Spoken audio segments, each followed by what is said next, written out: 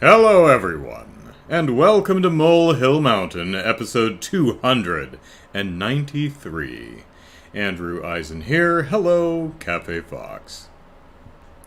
So, I have bragged before about winning various copyright claim disputes. So, some groups have fraudulently claimed copyright over my intellectual property, and I've disputed them. And I've won against Nintendo, against Sony, against Warner Brothers, and others who have no idea who the heck they are. Well, a few weeks back, I was copyright claimed again. This time, the stream I did of Lego Jurassic Park on the Wii U. Why did it get claimed? The music. It licensed music from the movie to use in the game. I'll repeat that. It licensed the music that's used in the game that I bought and legally own. So, whoever owns the rights to the music was already paid. So you might be thinking, oh, well, John Williams, you money-grubbing turkey, you. No, it wasn't John Williams. Oh, well, Universal, I guess? Well, no, wasn't Universal. Was it Warner Brothers? No. Was it Traveler Tale Games? No. It was, someone I've never heard of. It was like third party for ad rev or something like that. Who is that? Don't know. Do they actually own the copyright to John Williams' score for Jurassic Park? I don't think so. But I don't know. It's one of the problems with YouTube's copyright system is anyone can just copyright anything. It's up to the person you make the claim against to prove that they're not infringing, when it should be the other way around. If you want to file a copyright claim, you should have to prove that you're the owner of the copyright that you're claiming, that the thing you're claiming actually exists in the video you're talking about, and that it's not fair use. And if you lie about any of that, you get fined. But YouTube's not going to do that. So what happened? I won. Good news! After reviewing your dispute, ad rev for a third party, whoever that is, has decided to release their copyright claim on your YouTube video.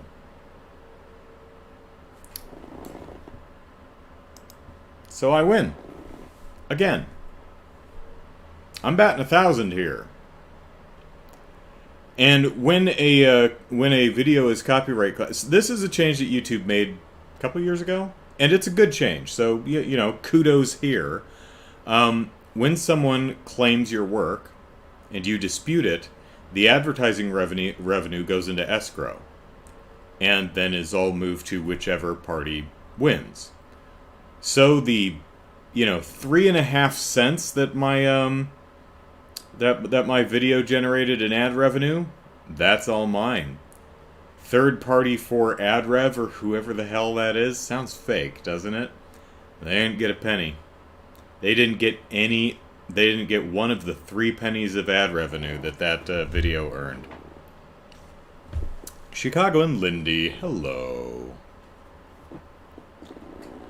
But as some have pointed out, considering that you keep having to battle these fraudulent claims, are you really winning, Andrew? Are you really?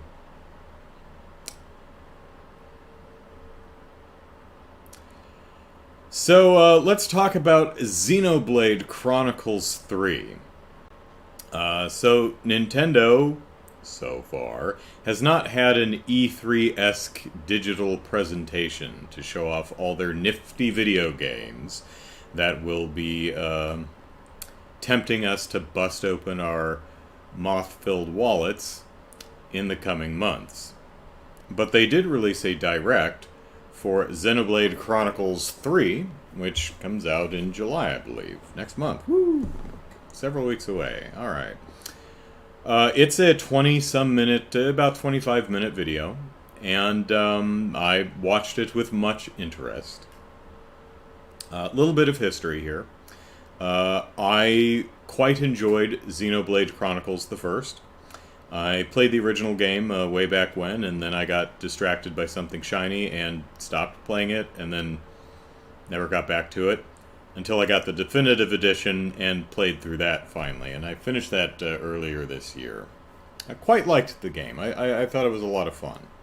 It's certainly showing its age at this point, but it is a fun game. I quite liked it.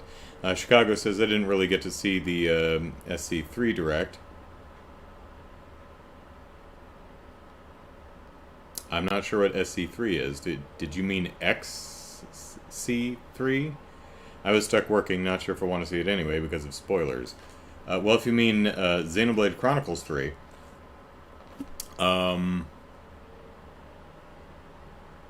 it looks cool, so if that's all you needed to do and you were going to buy it anyway,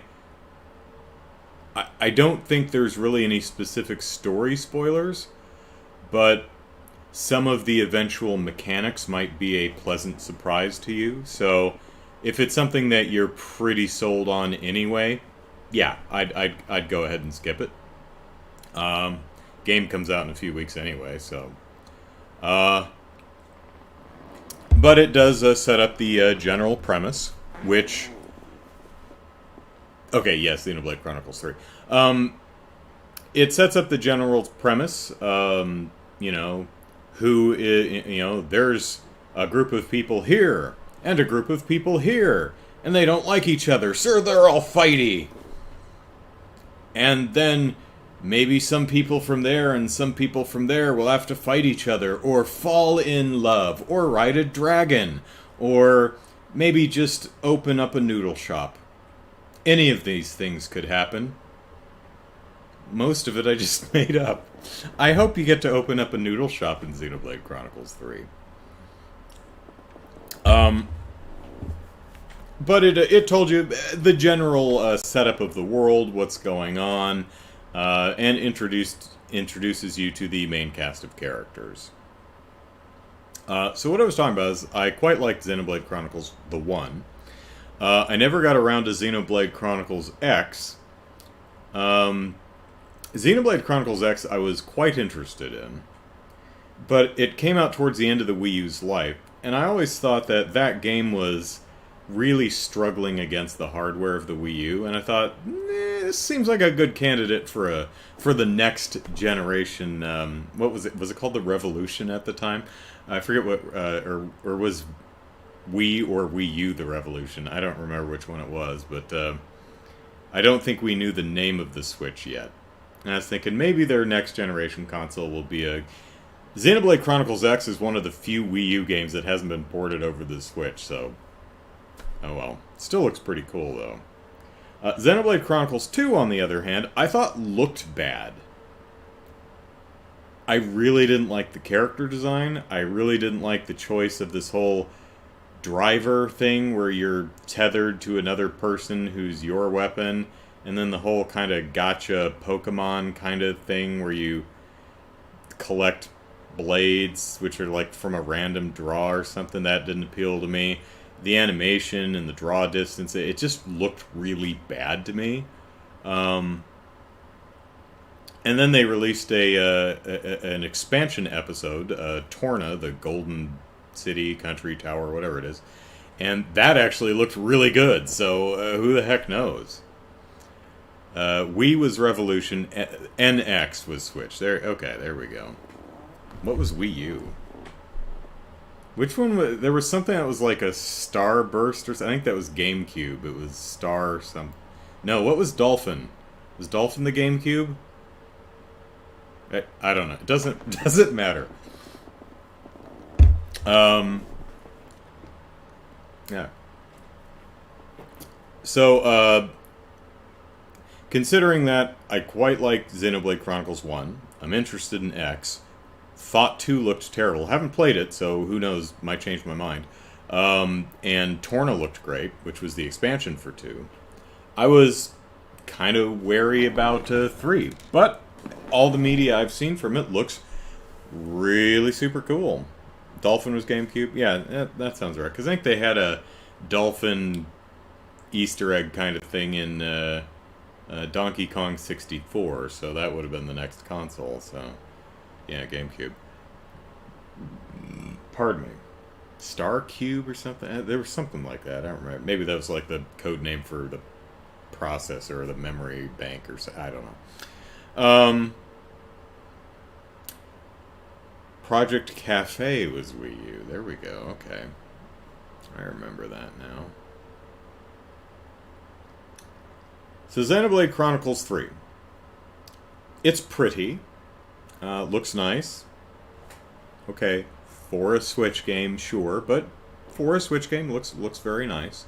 The environments that they've shown off look fun to explore. They look appropriately varied. The character design seems pretty good so far. Nothing is just obnoxious and terrible like the leads in Xenoblade 2. Characters seem fine.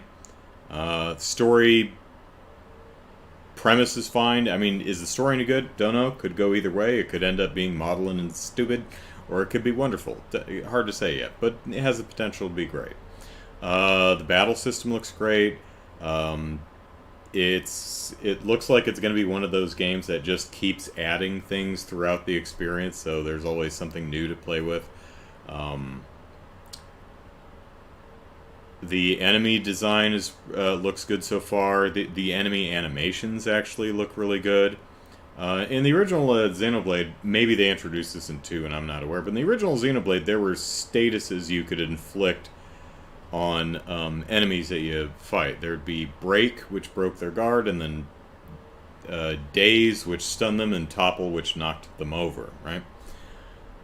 There are new statuses in this, and I won't spoil them, but they're pretty damn funny. I kind of... It's a little cartoony, but I do find it very amusing, so... Oh, Cafe Fox got a PS5. All right, well done. I don't know that I'd buy a PS5 even if there was one sitting on a shelf in front of me and I had the budget for it. I don't know, because there's right now there's very, very little on the PS5 that I actually need a PS5 to play. Lots of games on PlayStation I want to play, but they're almost all also available on the PS4. I also don't have a 4K TV, so I wouldn't be taking as much advantage of the new console anyway, so, We'll see what happens. I did get a raise, though. Hee. And it goes a long way to covering the increase in rent for this year, so that's nice. Talked about that last week. 23 minutes of Xenoblade Chronicles 3 Direct, and I was in. I'm like, okay, you've hooked me. Hello, Chaos. I'm enjoying everything I'm seeing in this Direct.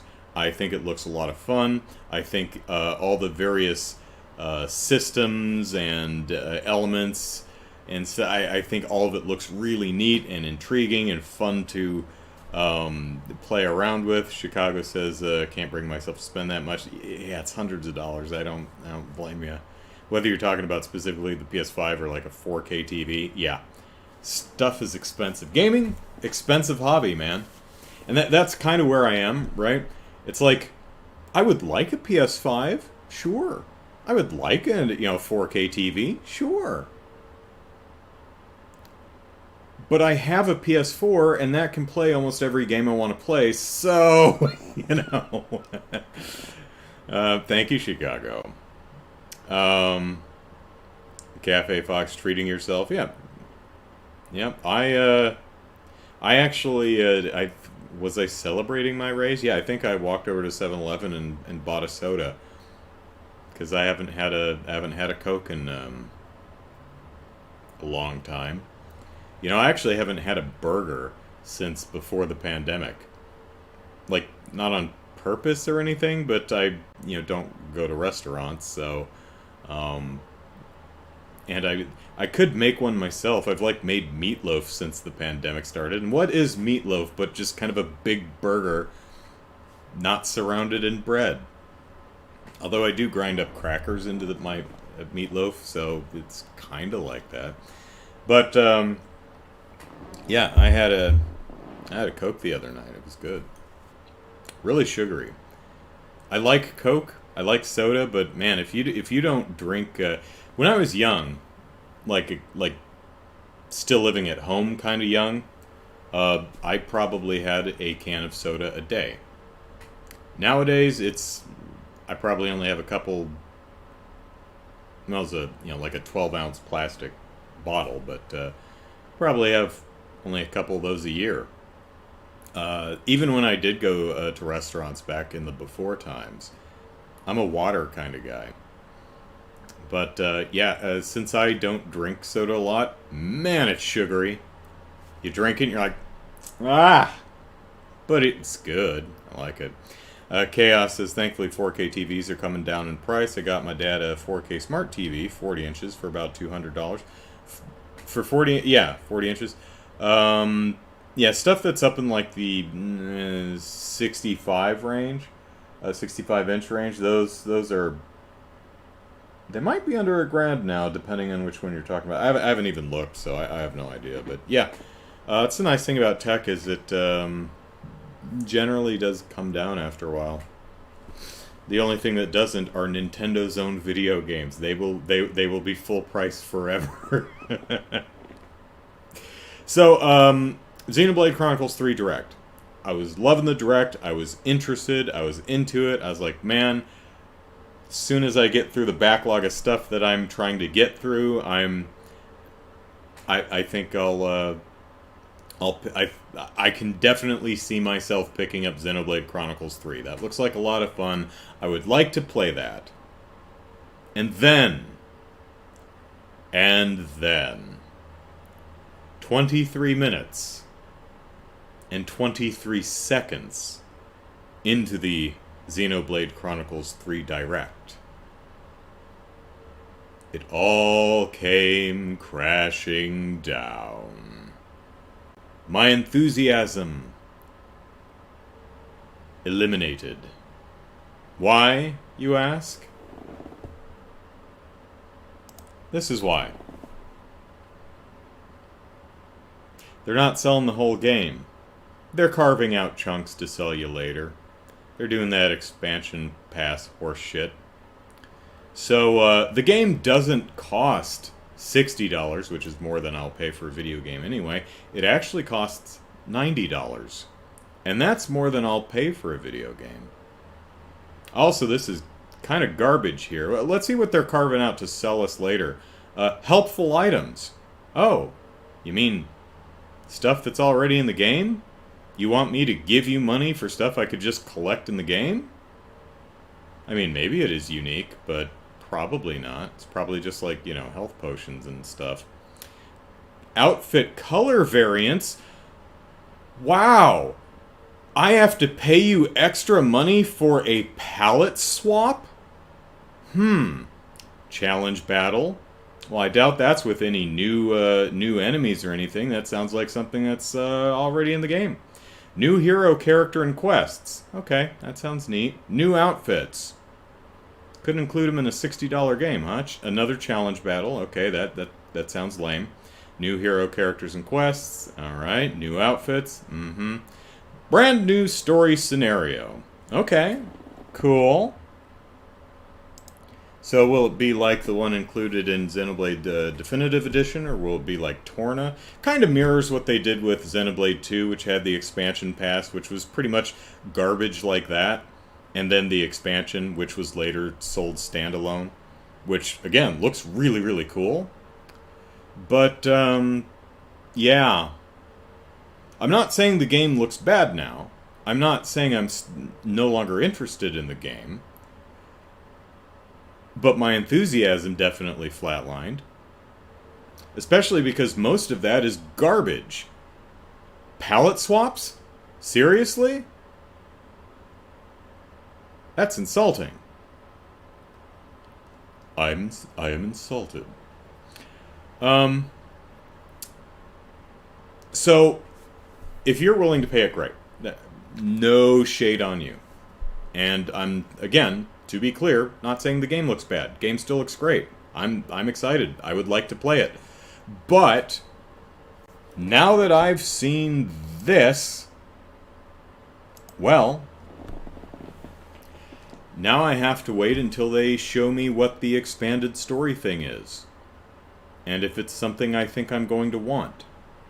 Because if it is, then I'm going to have to factor in the $30 cost of the expansion pass into the total purchase price. And as I said, I won't pay $60 for a game. I'm certainly not paying $90 for a game.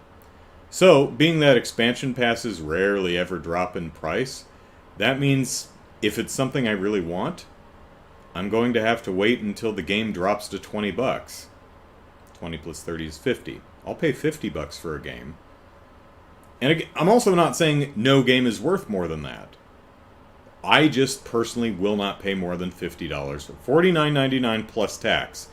That's as high as I go for one video game.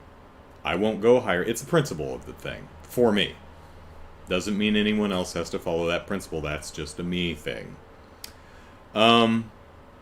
Maybe there will be a Xenoblade 3 Definitive Edition. Hell, it's why I didn't buy Resident Evil Village a year ago whenever that came out, because I was pretty sure there'd be a DLC at some point, and some type of definitive or gold edition that would package all of it in and be sold for a cheaper price. And wouldn't you know it, end of October, Resident Evil Village Gold Edition. No idea what the price is yet, but it's probably going to be less than $60. It's probably going to be it's probably going to be budget price. It's probably going to be something like $40. I don't know that. I'll happily pay $50 for it. I'll probably be buying video games again by then. But yeah, that was a splash of cold water in the face at the end of a 20-minute direct that I was otherwise really enjoying and really into. And like, oh, you excited for this? I'm like, yeah. You excited? And I just said, yeah. Well, how about you give us even more money? What?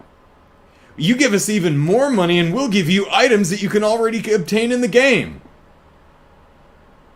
What? Oh, and we'll palette swap the character outfit colors. What? And in December, a new story. Oh, well, want to tell us anything about that? No! Okay. No sale, then. I'll wait. I'm patient. Annoyed, but I'm patient.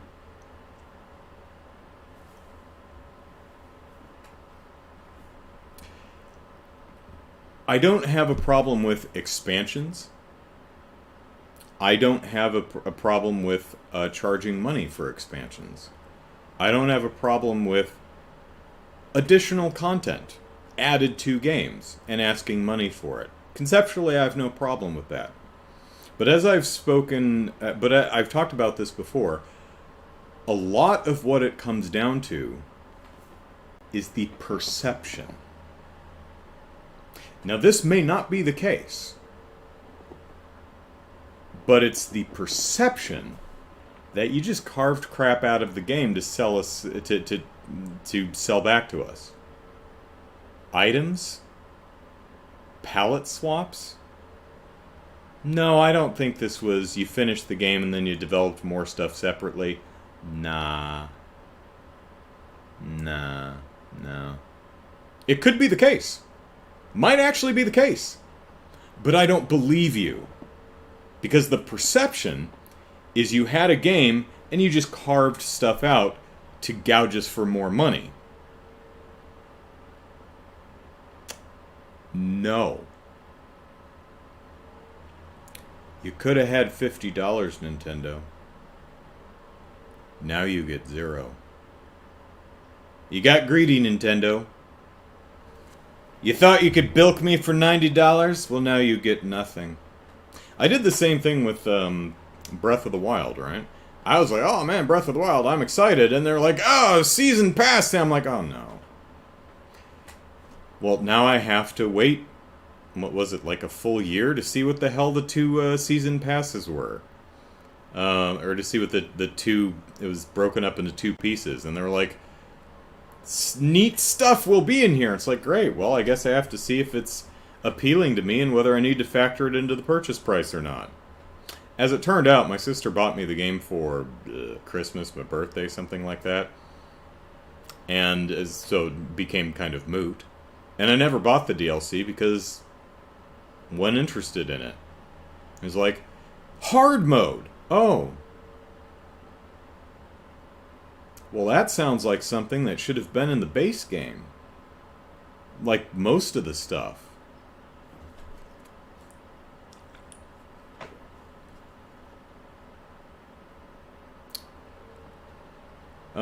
I don't think there were... The motorcycle looks pretty cool. I'd like to ride around Hyrule on the motorcycle. That looks fun. Not like $30 worth of fun, but that looks pretty cool. Yeah, I'm stubborn and I'm old. What are you gonna do? Let's see. Chicago says, I like infused water. Toss in some cucumber, lemon, and that is delicious to me. My sister, I've shown it off. I don't have it anymore because it broke, because it was plastic. I don't remember if I dropped it or what, but I had it was a water bottle, but it had like a compartment on the bottom that was essentially a juicer. So you'd cut a lemon or something in half and screw it onto the bottom, and it would infuse your water with lemon. It's really cool. Let's see, 75-inch at Best Buy today is $800. Okay. PS3 games on 4K yet. $30 for a new story. The rest is just cosmetic crap. Yeah. And that better be a lot of new story. It's kind of like I played Lost Judgment earlier in the year, or maybe the end of last year. Really, really liked it. And RGG Studios was like, we're going to have a new expansion where it's the what's his name? Kaito. The Kaito Files. It's going to be a new story following Kaito. I'm like, oh, cool. It looks cool. And it's $30. Apparently it's about 4 hours. There's no side missions. There's no new mini games or anything. No new areas. No new enemies. You get to play as Kaito. Kaito? I forget what his name is, but you get to play as him, Yagami's buddy. That's neat. But when you have a game that, I put like 70, 80 hours in for, $50, and then you're like, hey, would you like another 4 hours of that? Oh, yes, please. That'll be another $30. No.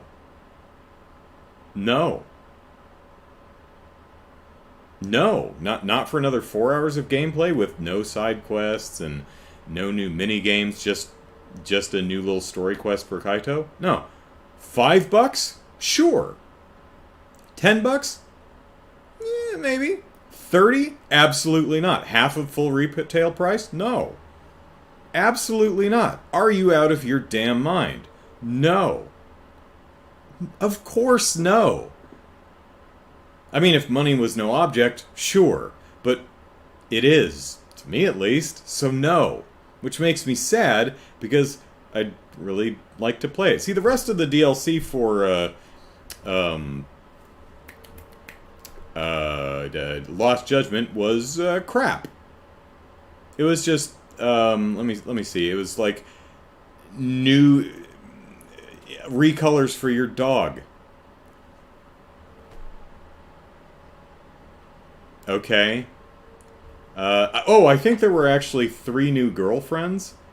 But the whole girlfriend minigame in this particular game was not particularly interesting, so I wasn't really that sold on it. I mean, it was something different, which I appreciate, but it wasn't as fun as some of the previous things. What was some of the other things they did? Oh, it allowed you to use the boxing minigame. There's a boxing minigame where you box, and it allowed you to use the boxing as a 4th fighting style. Neat. Also doesn't feel like something you should be... It feels like something you took out of the game to sell back to people. Or stuff that you took out of the game to package with the Kaito extra mission thing, which feels like a separate thing and should be sold separately.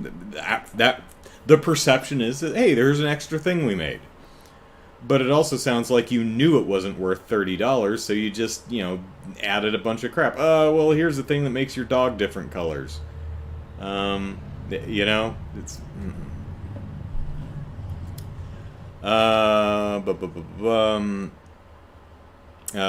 Colin Static, hello. If I did start Xenoblade, should I start with the first? I don't know. I've only played the first one, but from what I understand, they're all fairly self-contained. Like, I don't know that X has anything to do with Xenoblade Chronicles. I don't know if 2 or 3... I mean, they seem to take place in, like, the larger universe, but I don't know if there's any... I don't know. Xenoblade Chronicles 1 is really good for 2010. It's a little clunky today, but it's still pretty fun. It's got some nice character work in it.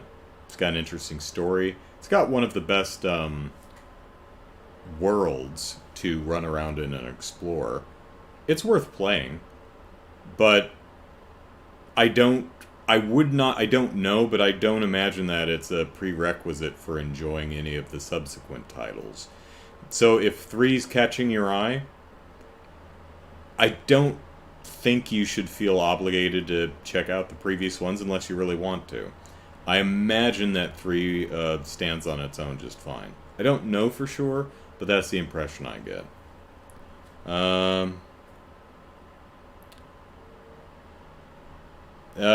Chaos points out, Xenoblade is a Nintendo game, so it likely won't drop in price. Well, then no sale. I've got other games to play. That's the thing, though. I will not pay $60 for a video game unless I'm doing it for something like the Extra Life. Unless I'm picking it up specifically for like the Extra Life charity event or something like that, or I'm buying someone a present, then sure. But for me, if I'm just buying games for myself, I'm not paying $60. Forget it. That's too much. I won't pay it. I'm certainly not paying $90. No. It's like, no, it's kind of like what my apartment did. They're like, oh, we didn't raise your rent. We just took things that your rent used to cover and we're charging them separately, like your parking space and trash collection and stuff. How stupid do you think I am? See, that's one of the biggest things I have about this. It's insulting. If you want to just charge $90 for the game if you think it's worth $90. Oh no, it's not $90, it's $60. We just have the rest of it over here for $30.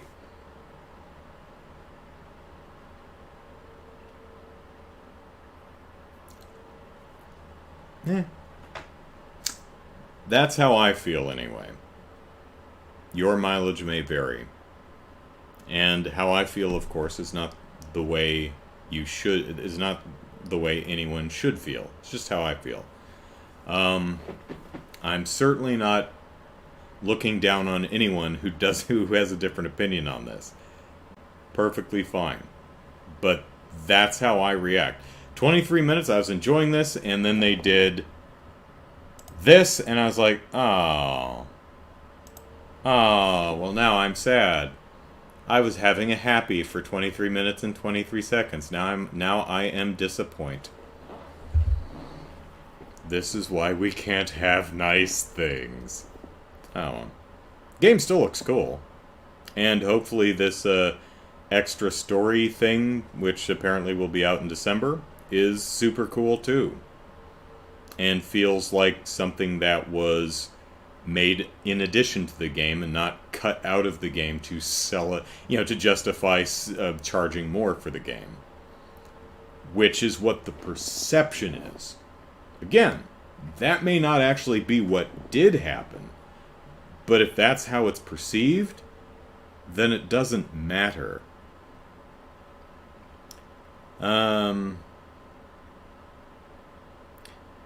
Cafe Fox says, I heard Stray may only be 6 or 7 hours long. Disappointing, but I still want to play it. The one with the cat? Yeah, I had not heard anything about length, but I do recall weeks ago that they're like, it's coming out in July. I'm like, cool. For free on PlayStation Plus. I'm like, oh, that's a bad sign. I mean, cool if you have PlayStation Plus. I don't. But, that, again, not necessarily the case, but that sounds like they have no faith in the project. And it sounds like they might not have faith in the project because, oh, this game sucks. No one's gonna buy this. We're gonna have to put it on PS Plus. Like, what was that game that nearly launched with the PS5? It was like a sports arena thingy game where there were people on foot and in vehicles. That was a retail game at first, and then it was, oh no, we're releasing this for free. When they do that, I mean, hey, sometimes it works out in our favor, go gamers, but when they do that, there's usually a good reason for it. Like they have no faith in it. And if they have no faith in it, sometimes they're just myopic, and sometimes it's a bad game. I hope Stray is great because it stars a kitty cat, and I hope the kitty cat game is great because kitty cat. That is all. Chaos says I won't pay more than $60 unless it's a collector's edition. Caveat. If there's a collector's edition of a game, and it comes with, like, an art book, and the soundtrack, and a little figurine, sure. I'm only talking about just the game. I would, and I'm sure have, spent $60 on a game that was a collector's edition. That included, like, a bound art book and soundtrack and stuff like that. Because the way I look at it, okay, $50 for the game and $10 for a nice art book? Yeah, that sounds fair to me. That's perfectly fine. So I have no problem with things like that. But this isn't a, hey, it's $50 for the game, and if you want some fun little non-game tchotchkes, like a map, or a keychain, or, art book or soundtrack, or, a thumb drive that looks like the character, a chibi version of the character for a thumb drive, fine. That stuff's fun. It's not for everyone, but it's fun. Totally fine. But a lot of the times it feels like they're just like, we can only get away with charging $60 for a video game, but we really want more. So what we'll do is we'll just take stuff out of the video game, like palette swaps and difficulty modes, and just sell that separately. Again, like my apartment taking out the parking space and the water and trash collection from what my rent covered and charging it separately and saying, oh, we didn't raise your rent. It's the same as it always was. You just need to pay us another $147 on top of it. But your rent is exactly the same.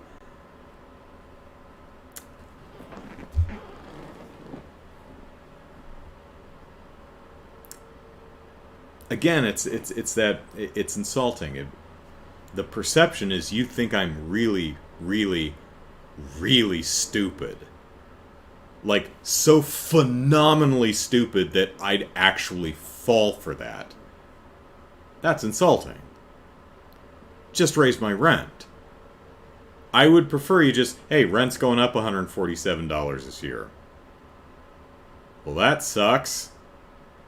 But don't lie to me. I hate that. Anyway, Xenoblade Chronicles 3 still looks pretty cool, though.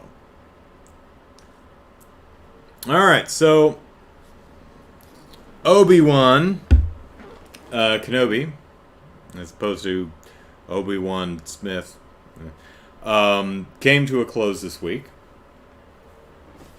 So, spoilers, I guess, if you've not yet seen the finale of Obi-Wan Kenobi. I thought the show was consistently okay. I thought it was... that was fine. There's a lot I liked. There's a lot I thought... there's really nothing I outright didn't like. But, man... the execution on Obi-Wan Kenobi was rough in a lot of places. I like the characters. I like the performances. Some really wonderful performances. I like the concept and ideas behind a lot of what they were attempting to do. But good golly, the execution was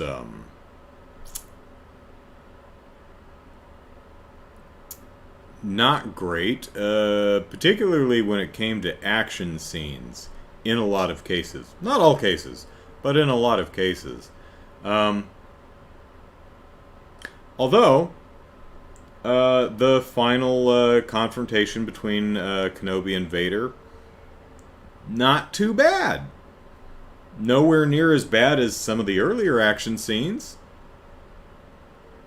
Not like... blowing my socks off or anything, but solid. Choreographed pretty well. Conceptually, it was fine. Shot clearly, for the most part. Little niggling nitpicks here and there, but overall, pretty well done.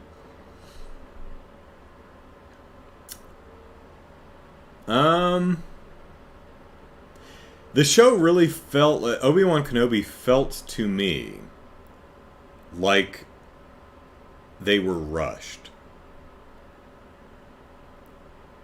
Because a lot of the decision making, a lot of it felt like decisions arising from necessity based on a lack of time. Like, we've got half an hour to shoot this corridor fight. All we have is a blank piece of paper that says Obi-Wan fights stormtroopers in a hallway. This wasn't storyboarded. It wasn't. There's no previs or animatic or anything. We're just gonna have to kind of make it up, and we've got half an hour. Let's go. A lot of the show kind of feels like that, which is weird. Maybe it was a pandemic thing. Maybe they just really needed to get Obi-Wan Kenobi out right when they did, and they were under extreme time crunch and didn't have time to properly plan things out. And that's why particularly some action scenes were just poorly conceived, poorly choreographed, and poorly shot. Again, not all of them, but I think one of the most egregious things where I talked about this with episode 3, I think, is where several characters walk past each other without seeing each other, and it doesn't make any sense. Like, Obi-Wan runs into Vader, and he's like, oh shit, Vader. And then he runs away and runs into Vader, and it's like, how? Vader's not a particularly speedy person. What? How do you get on the other side of him? Twice. He does that twice. He's like, oh no, there's Vader. I better run the opposite direction, and run straight into him. Oh crap. And then he runs to the left, but because they cross the 180 degree rule, they break the 180 degree rule, he ends up exiting screen right and then entering screen right. So it looks like he ran away off screen to the right and then changed his mind and then just kind of sheepishly walked back like he had hit a dead end or something. It's so weird. It's just... making movies is hard, but, you know, if you're in the editing bay and that happens, like, flip the image to make it look like he's walking the other way. Sometimes it's obvious when you do that. Hell, there's a point in one of the Lord of the Rings film. There's a point where it's obvious that they reversed the image because the characters were just going the wrong way. Sometimes you have to do things like that. But then there's this big secret tunnel which geographically makes no sense. I don't know what it's tunneling through. But there's a big tunnel that goes to a secret airship port thing. And our heroes walk down, go halfway. Leia goes the rest of the way, and then Susan goes the rest of the way. While Reva goes through the tunnel, somehow passes Susan on her way back without seeing her. Or maybe they just politely nodded to each other as they passed. Somehow runs past Leia to wait for her at their destination. It's like, what? What? What? That makes no sense.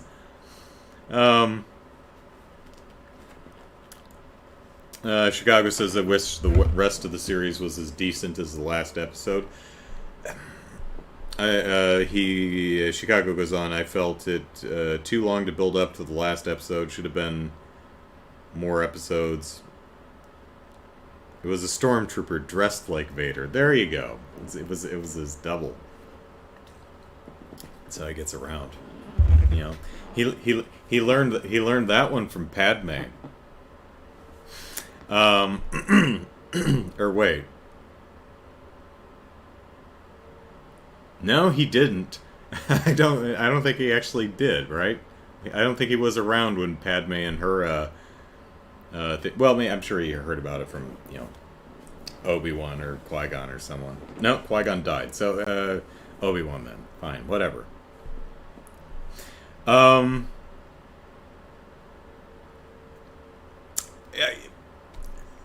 It's okay. The show was okay. There was a lot I liked.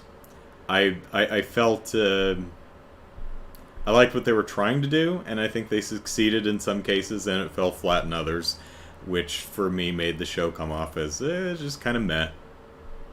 But now that Obi-Wan Kenobi is over, we can now formally, officially, forever retire anything having to do with the Skywalkers and Tatooine. We can just never deal with any of those characters ever again. We don't ever have to revisit Tatooine. We have an entire Star Wars galaxy to explore now. We do not have to keep beating our heads against the same goddamn corner of the universe. It makes it feel so small. Please, please, Star Wars, do something else. Anything else. Anywhere else. I am so goddamn sick of the same shit. I don't care about the Skywalkers, or Kenobi, or Darth Vader. That's why I'm excited for other stuff like The Acolyte, or what's the other one with the kids who are apparently like unchaperoned and lost or something. Anything else. I don't want to do anything in this with these characters I don't care. We've got 9 movies, or 9, 10, 11 movies, and several television shows all focused on the same shit. Please! Something else! I mean, that's one of the attractive things about the first season of The Mandalorian. Okay, it looked like Boba Fett, but, you know, it wasn't Boba Fett. Okay, it's Baby Yoda, but it's not actually Baby Yoda. Okay, that looks like IG-88, but it's a different droid. Okay, fine. You know, it took place in the same universe, but it was different enough. And then Season 2 happened, and you had to bring in Bo-Katan, and Ahsoka Tano, and Luke Skywalker. And it's like, oh my god.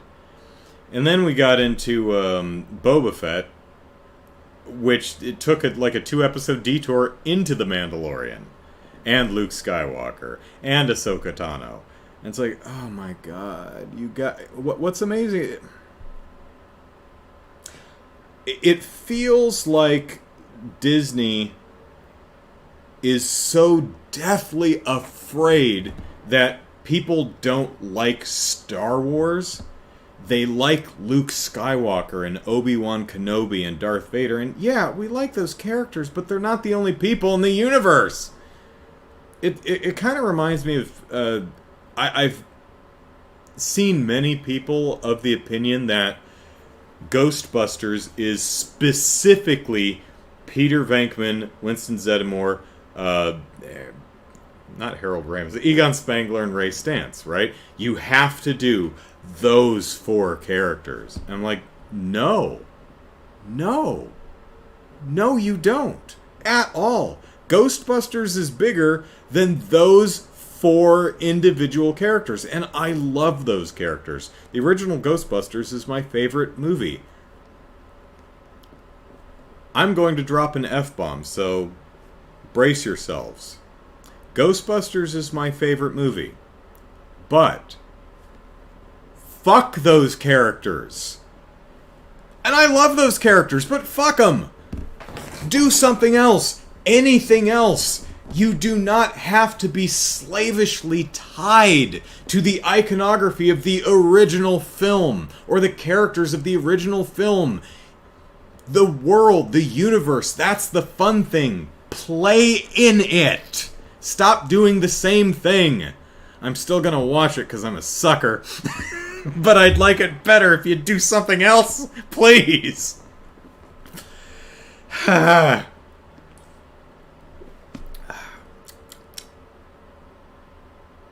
The Ghostbusters movie that came out in 2016 didn't entirely work, but it wasn't because it didn't have Egon and Ray and Pete and Winston.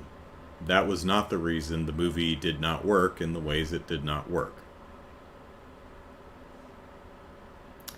Ghostbusters is about an organization that shoots lasers at ghosts. That's it. That's your setup. That's your world. It's a world where ghosts are a pest, and you need to call exterminators. You know, you don't call a priest. you don't have these weird, like, you know, Amityville horror. What are the more modern ones? Not Insidious. The one's based on those the Warrens. Christ, I saw the first movie and I thought it was pretty good. I can't remember what it's that. You know, Paranormal Activity and others. You have all these movies, and you know they're all, we need to do these weird rituals and traditions and religious stuff. And it's like, no, you get out the yellow pages and you call the spectral exterminators. That's a premise. That's hilarious. There's so much you can do with that. It's not these 4 guys, and they're wonderful characters. I love them.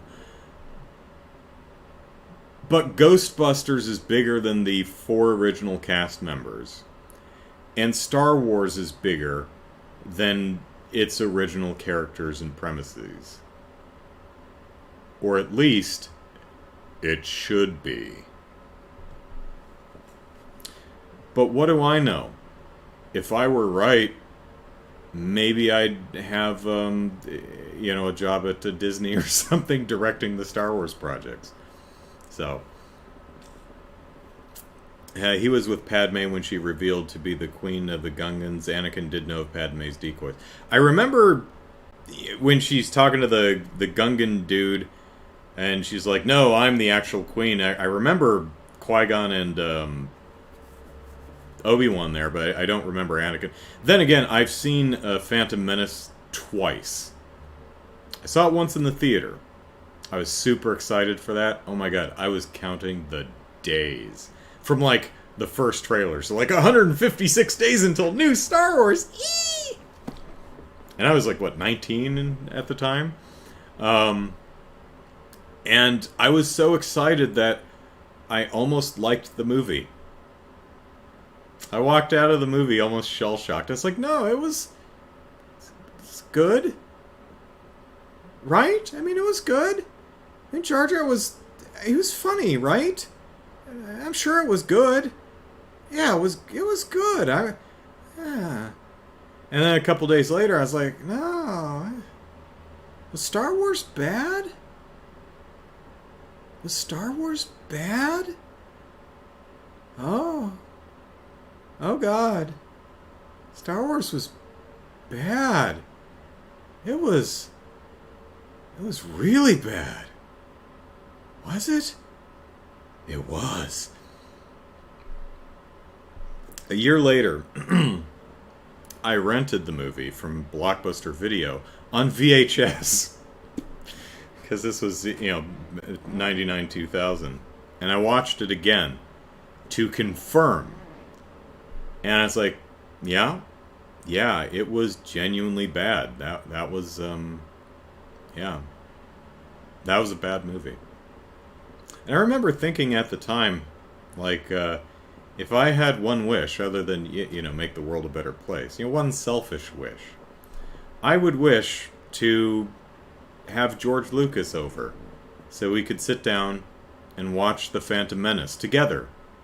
Well, so he could watch the movie and I could watch him.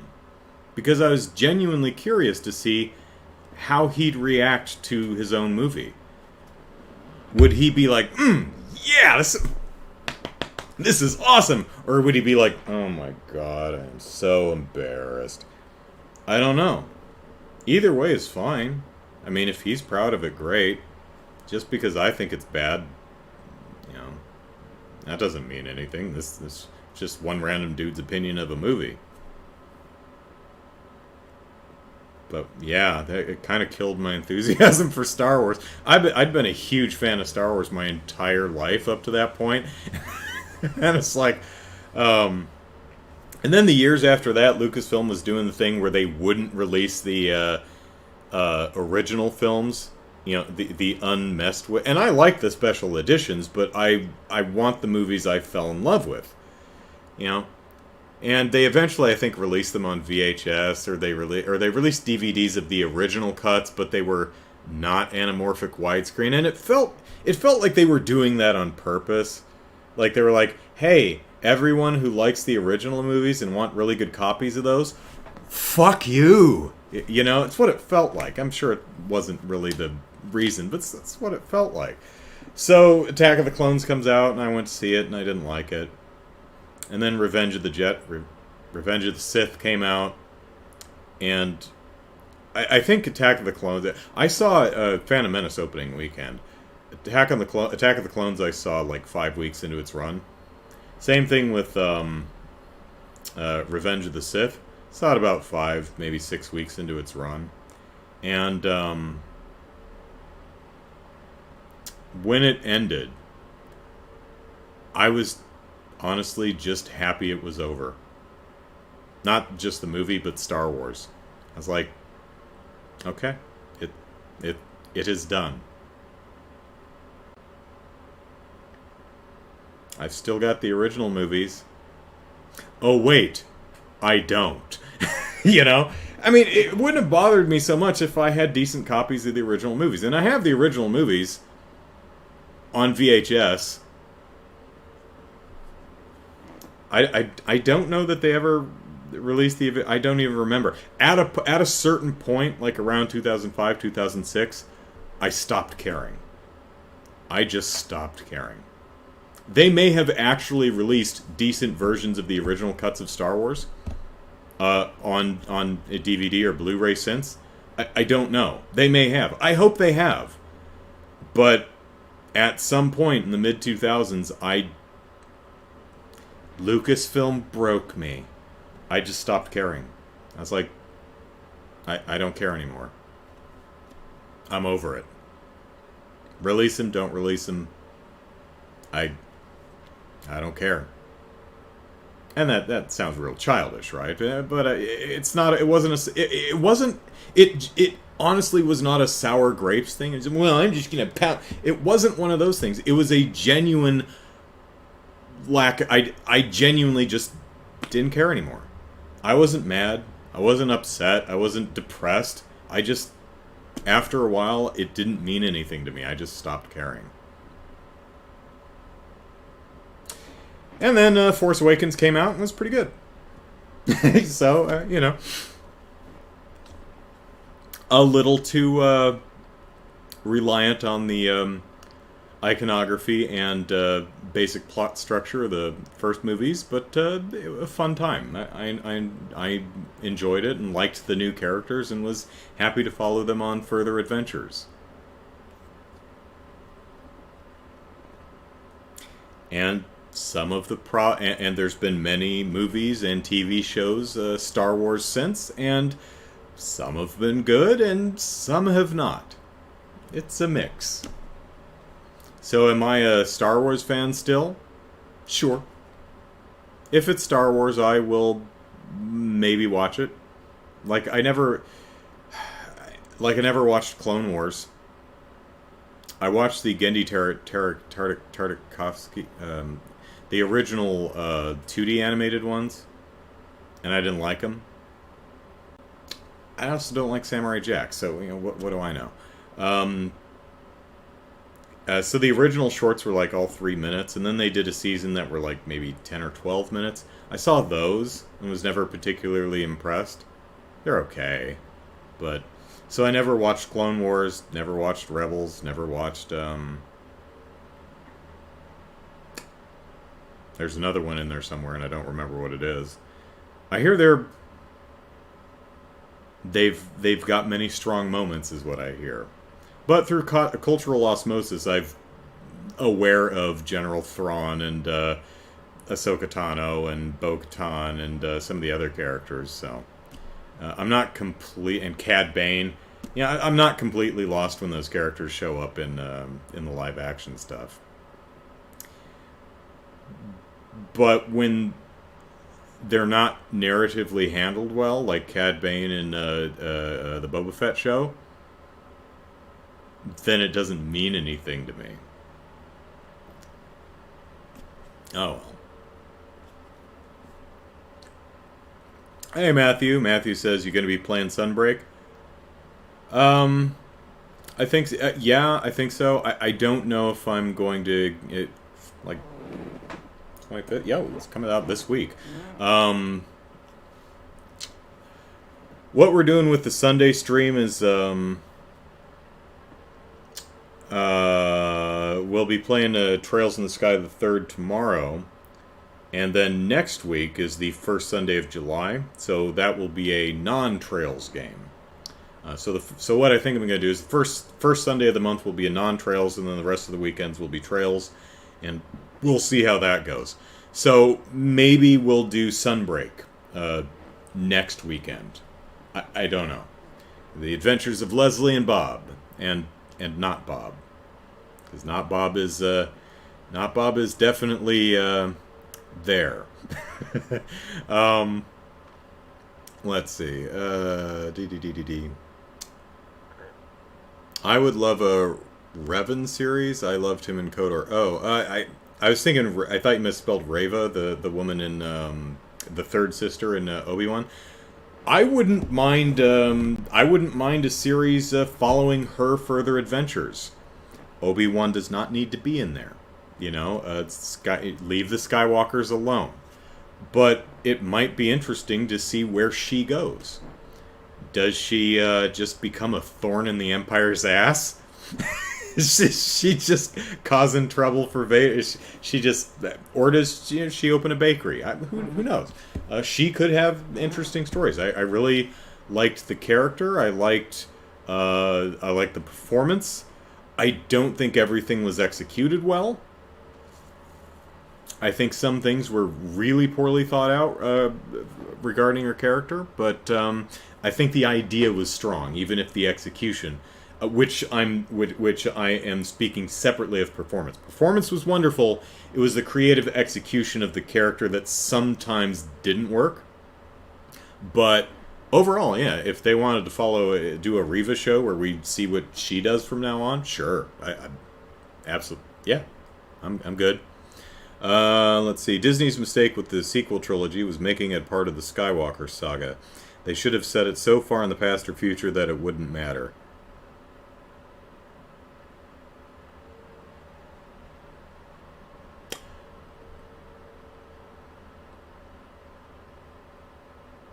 That would have been fine. I don't really have a problem with what they did, because what they did was it was kind of a passing of the torch thing. I mean, it's taken place in the twilight years of the old rebellion and the stuff, and there were some. Really, it was just 9 that really, really, really sucked. Even though it starred a bunch of characters that I enjoyed, like I still love Rey and Finn and Poe, and I'm happy to follow them on their adventures. But oh my God, Rise of Skywalker, whatever the hell the name of it. Oh, holy biscuits! Oh man, if it were not for if it were not chock full of characters that I really like, you know, Rey and Finn and Poe, I think that would be easily the worst film in all of the Star Wars movies, because oh my God, that movie is really bad. George Lucas is at his best when he has someone to filter his ideas. Yeah, I mean, yeah. I think that maybe that was part of the problem with the prequel movies, is he had no one to tell him no. Great idea guy. Bad story guy. Seems to be the case. Chicago says, I'd be afraid of Reva still obsessing Vader. I mean, she's I would imagine someone who's faced that much trauma and been dealing with it in the way she has is not just going to instantly let everything go. So there's a lot of directions you could go with a Reva show. But I would definitely be interested to see where the character goes from there.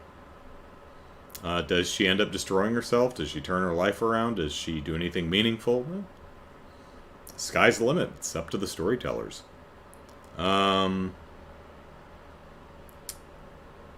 Star Killer. Okay, I still can't. It's Star Killer. The games are fine. I enjoyed the games, but Coder Quarter 2 have their rough spot, but some of the best Star Wars stories. I've only played through a bit of the original Coder, so I'm not really sure what the story is. But I did have fun running around in my underwear, and if they do a live-action Coder, I hope whoever the lead is running around in their underwear for no good reason. Because that's how I played the game. We're going to have a duel. Yeah, we are. I'm in my underwear. So I better draw quick.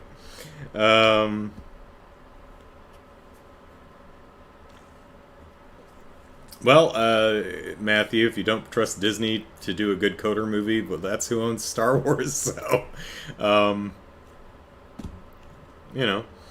we'll see. I don't know. I don't know enough about Coder's mythology to actually have an opinion on how I think it would go. But I think I've not been particularly impressed with Disney's handling of the Star Wars live-action shows. That said, I've been pretty happy with the majority of the Marvel stuff, which is also Disney. I mean, different studios within Disney, but maybe they'll find their footing. So yeah, as I mentioned, first season of Mandalorian, pretty good. Second season of Mandalorian got a little bit too much into, here's stuff you recognize, love us so hard. It's like, we already love you. We're giving you money so that we can watch your thing. You don't have to pander to me after I've given you money. We're already here. Stop it. But with a few missteps, I thought season 2 was fine. Boba Fett was bad. Not unenjoyable, but just really structurally and story and theme-wise, just bad. Just an absolute mess. And Obi-Wan Kenobi has a lot of great ideas and a lot of good stuff in it, but a lot of stuff that really doesn't work and is kind of meh. Star Wars Visions, I thought was a mixed bag, kind of erring on the didn't do it for me. The anime anthology, wonderful idea, I just didn't like most of it. Am I missing one?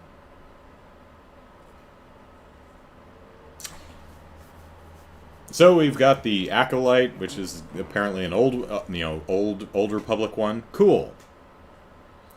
Andor. Depends on what they do with it. Spy, espionage, intrigue thing. Cool. All new characters. Great. Takes place in a universe or a galaxy we're already familiar with, and time frame we're already familiar with. It's fine. It's fine. I'm just saying, go somewhere else and do something with other characters. The one with the kids who get lost or something, and I'm excited for that too. So, the future could be bright, or they could all suck. Who knows? Different. Yeah, right, Matthew. Different divisions. Jared says, "I don't trust Disney." I mean, it depends on what we're it's like to what, babysit your dog. I don't know. To make good Star Wars, I mean, it's, Force Awakens was pretty good. Last Jedi I thought was really good. Rise of Skywalker I thought was really terrible. Rogue One had a lot I liked, but just didn't work. And Solo was okay. Had some fun stuff in it, but, it's overall okay. So, it's for me, anyway, Star Wars under Disney has been up and down, but then again, Star Wars under Lucasfilm was, half of them are good and half of them really suck, so, I mean, I guess Disney is holding up the proud tradition of Star Wars in that half of them are pretty good and half of them are pretty bad. So, fingers crossed that they increase the average. Let's see. Chicago says movie starts the protagonist doing laundry. Temple gets bombed, and now the protagonist has to run around only in their underwear. There you go. See, I don't need a backstory. I don't need a reason. In fact, the person starts clothed. You see, in the game, you start with your clothes on, and then you walk over to the chest and you just take them off. Because that's the first thing I tried. I'm like, can I de-equip my outfit? I can. Well, that's how I'm going to strut out of here. Why is she running around in her underwear? Because she can. Well, I can't argue with that. Hope she doesn't get shot with a blaster bolt. Is it just me, or does that maybe the Sith should learn not to run people through with a lightsaber, because that is a surprisingly easy injury to walk off. Reva got run through twice and she survived. I don't know. It's like, stop running people through. Slash them in half. Decapitate them. Don't stab with a lightsaber, because apparently that's a really easy thing to survive. That's the kind of thing I'm talking about. I think if Obi-Wan Kenobi, the show, had more time, I think they would have realized how ridiculous that looks. It's like, oh, wait a minute, we've got three lightsaber stabbings in our show, and that are supposed to be fatal, and all the characters walk it off. It's like, maybe we should rethink that. It's like, yeah, we do 3, and two of them are the same character.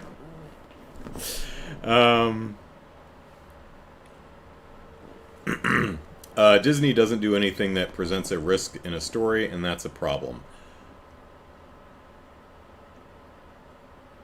I don't totally agree with that, but a lot of where I feel some of the storytelling in some of the Star Wars properties, at least, is coming up short, is playing it too safe or playing it too familiar, which is just another way of saying afraid of taking a risk. So there is definitely some truth to what you're saying. I wouldn't be as broad in applying it, but I see what you're saying, certainly. Jared says good amount of Disney Star Wars is a copy paste with bad world building.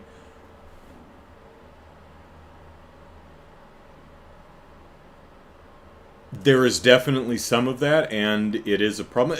I mean, you definitely want it to feel like the same world, certainly. But But yeah, I mean, especially that was one of the biggest problems with Force Awakens, for example.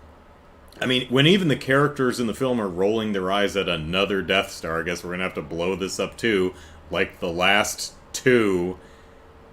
You know you're hitting the nostalgia button a bit too hard. At least under Lucas, we got a bunch of good Star Wars games, not much for Disney. Well, I haven't played it, but I hear, oh, what's the name of it? Jedi Fallen Order? Star Wars Jedi Fallen Order? I haven't played it, but I hear it's really good. And that's getting a follow-up, which maybe that'll be really good too. But yeah, at least under... There are not as many Star Wars games today as there were in, like, you know, the 2000s stretch. So, it's true. Maybe we'll see more. Of course, maybe they should just, you know, instead of... Didn't EA have the license to all Star Wars video games? That was probably a bad move. I don't remember if that was Disney or if that was Lucasfilm who made that decision, but that's probably just a bad decision, because EA is not great at the whole video game thing, or at, like, being a good company. Although Activision and Ubisoft and others are trying their damnedest to make us all forget about how awful EA is. EA is like, man, we could just sit here and quietly be awful while the rest of them are just, you know, firing poop out of cannons. What does that even mean? Darth Maul survived being sliced in half. I mean, he probably wasn't supposed to, but I'm aware he comes back in the cartoon, and he does make a really stupid appearance at the end of Solo, and he turns on his lightsaber, and it's completely unmotivated, because Disney or whomever, I guess, was afraid that we wouldn't know who that was. It's like, no, you have to have him turn on his lightsaber. Why would he turn on his lightsaber, though? So people know who he is. Besides, lightsabers are cool. You know what? Lightsabers are cool. How about this? Next 5 Star Wars properties. The next 5 shows, movies, games, whatever. The next 5, no lightsabers. None. You can't have any lightsabers. None. 0. Zip, zilch, nada. You do not get to use lightsabers for the next 5 Star Wars projects. I dare you. That should have liquefied her internal organs. A lightsaber can melt a steel door. I mean, maybe it cauterized... He got right in between the organs and it just cauterized the wound. On the other hand, yeah, I don't know why they spent a lot of time in Obi-Wan Kenobi bringing out those big damn blaster cannons and shooting at the door when she could just use her lightsaber to cut through the door in about 5 seconds. I mean, she just thump, whomp, hole. It's like, well, that's kind of funny. Maybe lightsaber technology has increased in the last 10, 15 years, because I remember, and I think it's Phantom Menace, Qui-Gon or Obi-Wan or someone is trying to cut through a door, and they can, but it's really slow going. You know, it's like cutting a hole in a piece of sheet metal with a welding torch. It takes a little while. He's like, jams the sword in, he's like, melting the door as you go. It's slow going. This is going to take like 4 minutes to get a big enough hole in this door. Riva's just thump, thump, thump, thump. She like Zorro's that door. Thump, thump, thump. It's open. I'm like, well, if it's that easy, why did you bring the cannons? But yeah, it makes no sense. Again, it feels like something that just wasn't thought through. Especially all the times where she and Obi-Wan are like whispering fairly loudly at each other while surrounded by stormtroopers. I'm expecting some of the stormtroopers to be like, they know we can hear what they're saying, right? Or maybe the stormtroopers just can't hear a damn thing in their helmets. This is like, what are they saying? I don't know. I can't hear anything in this damn helmet. I don't know. You think a severed spine would be fatal? He used the Force. I'm pretty sure Darth Maul was supposed to be dead. I think the original intention was he was supposed to be dead. But You know, maybe there's a medical wing way down at the bottom of that hole that he fell, and he just, like, landed on a hospital gurney, and they're like, oh, well, okay, off to surgery you go. Who knows? I don't know. I mean, they're fantasy movies. I'm not really that concerned with things like that. I'm not bothered that someone got impaled by a laser sword and walked it off. Sure. Fine. What bothers me is they did the same damn thing 3 times in a 6-episode show, and it doesn't seem like they realize that they did that. You know? If you've ever seen the, what was it? It's the, Dawn of the Dead, the remake from, like, 2004. A lot of people love it. I thought it was kind of lousy, actually. You know that old canard, that old trope where someone's, like, bit, or the pack of zombies are surrounding them, or the werewolves or vampires or whatever, and it's like they know they're going to die in the next 20 seconds, and they have the gun, and then it just cuts to black, and you hear a gunshot, or it cuts to another character, and you hear a gunshot, and they flinch. Dawn of the Dead remake does that, I think, 3 or 4 times throughout the movie. It's really obnoxious. And it's the kind of thing you might not realize you're doing until you cut the film together. But it's why planning is really important. Let's see. Star Wars' biggest problem now is that it is made and run by people who don't like Star Wars. I don't know where you're getting that. It's run by people who seem to... I'd say that the problem is it's run by people who like Star Wars too much. Like Jon Favreau and Dave Filoni. I mean, these are uber Star Wars geeks.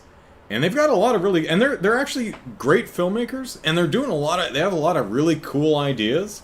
And, of course, it's not just those two. There's a bunch of other people involved with this. It's just...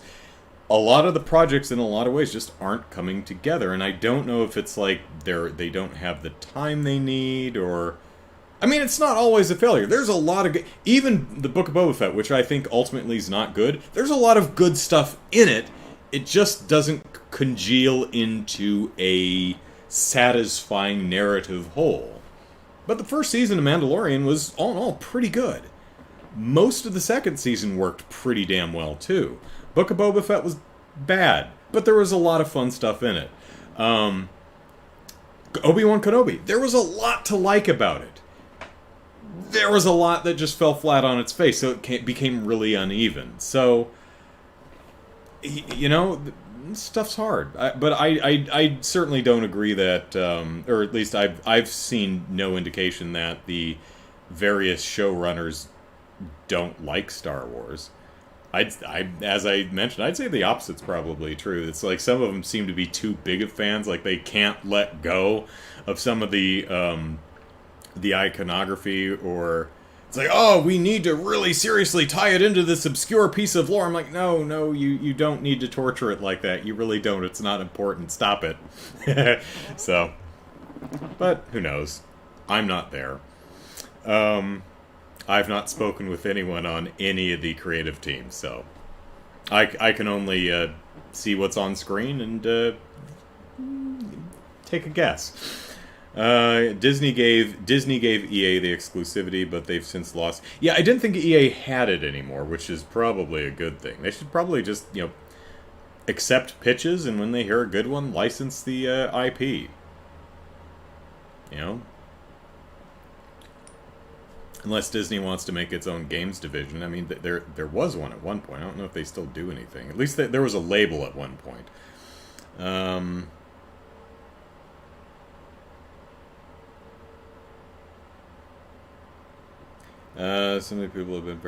Some of the people have been very open about it. So, some of the creative team behind the Star Wars properties they're working on have been open about genuinely not liking Star Wars. That's a ballsy thing to say in public, if true. I've not seen anyone say, hey, you know what? Yeah, I'm working on Star Wars. Oh God, it's so fucking stupid. Okay. Luke not acting like Luke. I mean, he's 10. How would you expect him to act? An example being made by someone who doesn't know or like Star Wars. Hey, you felt Luke was out of character? He's 10. I mean, he didn't really do much. He seemed fine to me, but, you know, to each his own. Okay, it's 8:30. I think that's good enough for... by the way, apparently the live chat replay is not working on the video. Someone pointed that out. I made absolutely certain that it's enabled for this stream. But if it's still not working, then we'll try doing one of these for next time. I don't know why it's... But I checked, like, the last 5 streams, and yeah, the replay's not working. I don't know if that's because I edit the videos, and that destroys the live replay, so...